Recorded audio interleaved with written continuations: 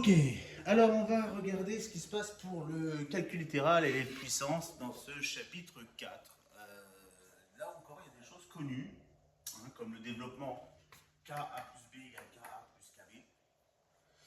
Mais on a appris cette formule, on a réussi à l'utiliser avec des X, des Y, avec tout un tas de trucs au collège. Ça, c'est des choses qu'on sait faire. Mais concrètement, qu'est-ce que ça veut dire? Comment on l'applique? C'est un exemple qu'on a vu tous les jours de ça. Bon, on va en voir quelques-uns, et puis on va voir la notion de puissance. Alors pourquoi la puissance a été inventée? Pourquoi 3 puissance 2? On aurait pu ne pas fonctionner avec la puissance. C'est une notion qu'on a inventée, on aurait pu s'en passer. C'est une simplification d'écriture et rien d'autre. Et on va voir pourquoi. Et puis les identités remarquables, là encore, on les a apprises, on les a, pour les meilleurs, on a su les utiliser dans des cas vraiment complexes. Mais concrètement, qu'est-ce que ça veut dire? Où est-ce qu'on a l'utilité de ça? Alors, on va voir peut-être un premier point de vue pour le cas KB. Bah, il y a Jean qui a 2 euros. D'accord? Et puis il y a Albert qui a 3 euros. Donc ensemble, ils ont 5 euros. Bon. Sauf que si Jean il double son portefeuille, son porte-monnaie, il a 4 euros. Et si Albert, en 2J, le double de J, c'est 4 euros. Et le double de A, ben, c'est 6 euros. Et quand je les mets ensemble, ben, ça fait 10. Ça fait en fait, ça, on va l'appeler le total. Hein. Ben, en fait, ça fait 2 fois le total. D'accord? Donc en fait, 2J plus 2A, vous voyez, 2J plus 2A, ben en fait, c'est 2 fois le total. 2 fois le total. Le total, c'est J plus A. Donc en fait, ça dit rien d'autre que si je double la somme de A et je double le porte-monnaie de B, ben je double le porte-monnaie d'A plus B quand je fais la somme. Et ça marchera pour doubler, pour tripler, pour ce que vous voulez. C'est-à-dire que le K, en fait, j'ai pris K égale 2 ici. Mais en fait, je peux prendre K égale n'importe quoi, ça marchera. K égale 3, K égale 10. Eh bien, c'est ça, développer. Donc, dans ce sens-là, ça va s'appeler développer. D'accord? Et dans ce sens-là, ça va s'appeler factoriser. On aura besoin parfois d'un sens, parfois de l'autre. Bon, et puis la deuxième, qui est ce qu'on appelle la distributivité double, bah, en fait, elle est rien d'autre que la distributivité simple, sauf qu'on le fait 2 fois. Vous voyez bien? Alors, il y en a qui aiment bien le voir d'un point de vue géométrique.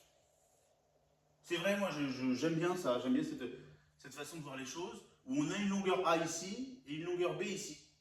Une longueur C ici et une longueur D ici. Aucune n'est égale. Hein. A n'est pas égal à C, B n'est pas égal du tout à D, enfin voilà.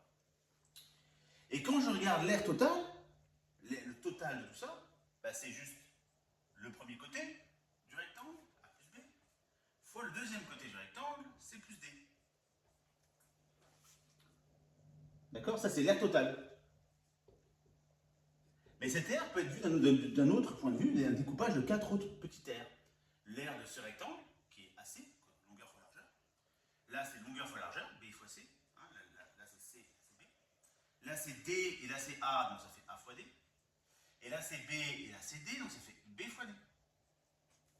D'accord? Donc en fait, quand je fais ça, je fais rien d'autre que AC plus BC plus AD plus BD. Donc je retrouve ma formule. C'est plutôt ça, plus ça, plus ça, plus ça. C'est pareil. D'accord? Donc en fait, on a un point de vue là, géométrique en faisant des sommes d'air qu'on ne voit pas ici. C'est pas évident qu'on a une interprétation géométrique de ça. Vous voyez? C'est pas une évidence absolue. En fait, si. Et puis, on peut faire des petits exemples, hein, là encore, hein, mais des exemples numériques, rien que pour vérifier que c'est vrai, comme j'ai fait avec là, on ne va pas le faire. Et puis, les identités remarquables. Alors là, les identités remarquables. Alors là, à quel moment, vous allez me dire, ça s'applique?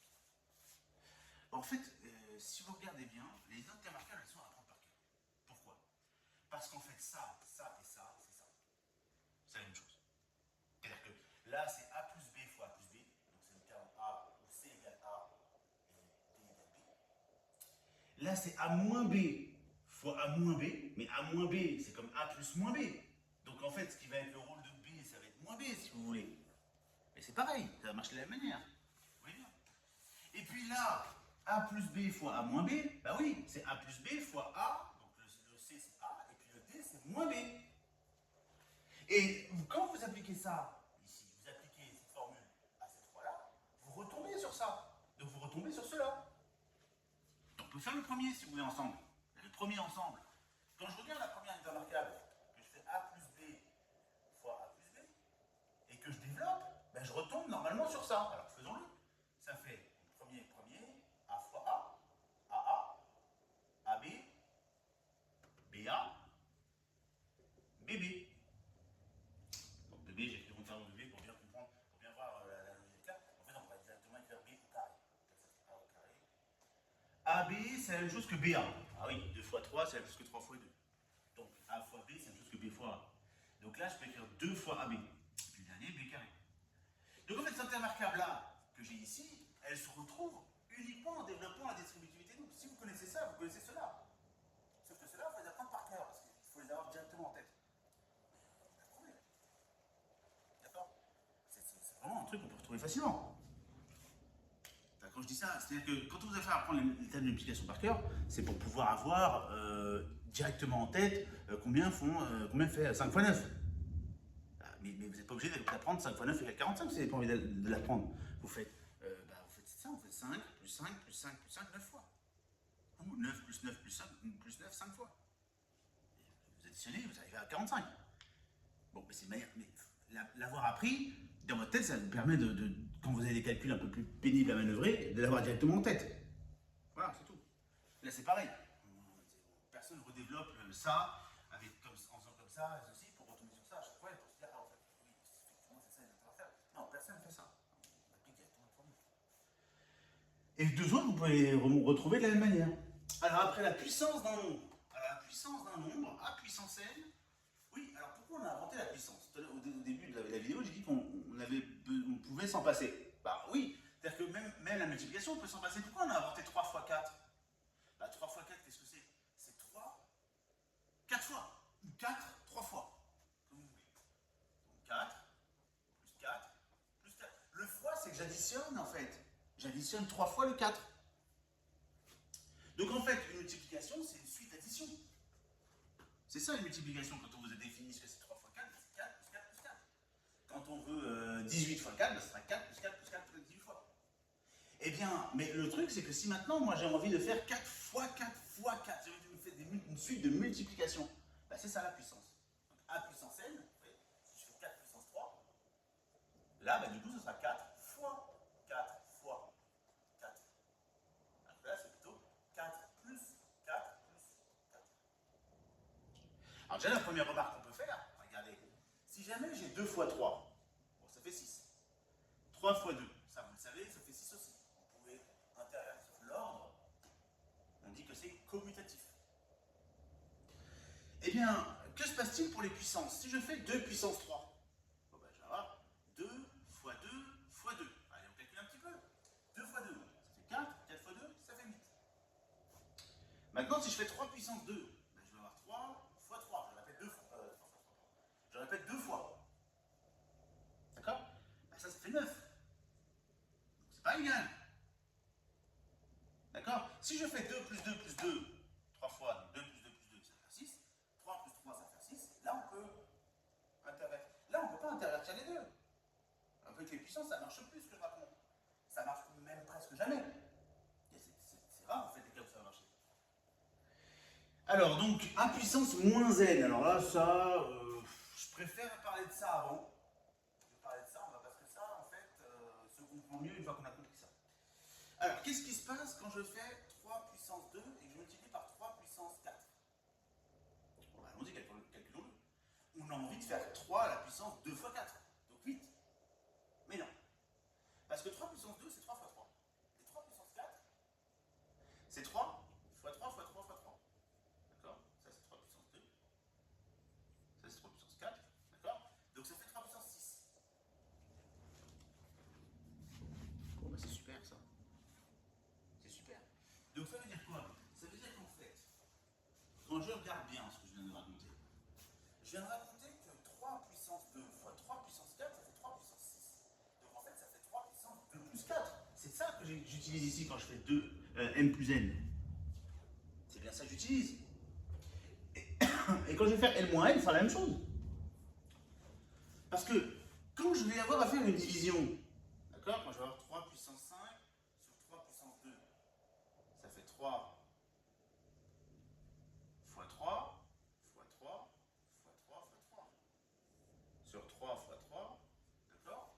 Et ça, bah, quand j'enlève un 3, un 3, un 3, un 3,